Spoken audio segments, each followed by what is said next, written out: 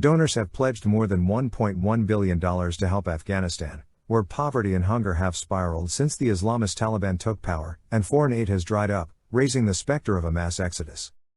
UN Secretary-General Antonio Guterres, speaking halfway through a UN conference seeking $606 million to meet Afghanistan's most pressing needs, said it was too early to say how much had been promised in response to the appeal. After decades of war and suffering, Afghans are facing perhaps their most perilous hour, he said. He said food could run out by the end of this month, and the World Food Programme said 14 million people were on the brink of starvation. The Taliban ruled Afghanistan according to their strict interpretation of Islamic law from 1996 to 2001 and were toppled in an invasion led by the United States, which accused them of sheltering militants behind the September 11 attacks. They swept back to power last month in a lightning advance as the last U.S.-led NATO troops pulled out and the forces of the Western-backed government melted away. With billions of dollars of aid flows abruptly ending due to Western antipathy and distrust towards the Taliban, donors had a moral obligation to keep helping Afghans after a 20-year engagement, several speakers in Geneva said. Neighbors China and Pakistan had already offered help. But UN Human Rights Chief Michelle Bachelet, also in Geneva, underlined the Western misgivings. She accused the Taliban of breaking recent promises by once more ordering women to stay at home rather than go to work, keeping teenage girls out of school, and persecuting former opponents. Beijing last week promised $31 million worth of food and health supplies, and on Friday said it would send a first batch of 3 million coronavirus vaccines. Pakistan sent food and medicine, and it called for Afghan assets frozen abroad to be released. Iran said it had dispatched an air cargo of aid. Past mistakes must not be repeated.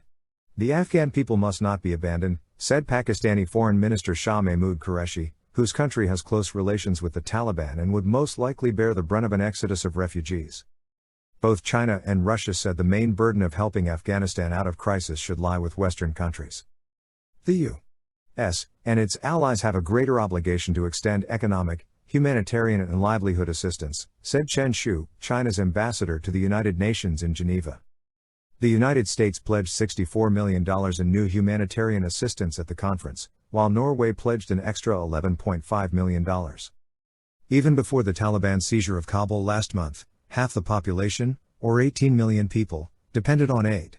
That looks set to increase due to drought and shortages. Around $200 million of the new money is earmarked for the UN World Food Programme, which found that 93% of the 1,600 Afghans it surveyed in August and September were not getting enough to eat. WFP Executive Director David Beasley said 40% of Afghanistan's wheat crop had been lost, the price of cooking oil had doubled, and most people anyway had no way of getting money. While banks have started reopening, the queues for withdrawals are extremely long, and more importantly, no one who depended on the government for a salary, from civil servants to police, has been paid since July.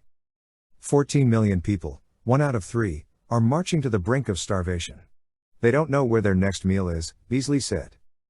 If we are not very careful, we could truly enter into the abyss in catastrophic conditions, worse than what we see now. The UN World Health Organization, also part of the appeal, wants to shore up hundreds of health facilities at risk of closure after donors backed out. A humanitarian and security crisis in Afghanistan will have direct implications across the globe. We should take collective action now.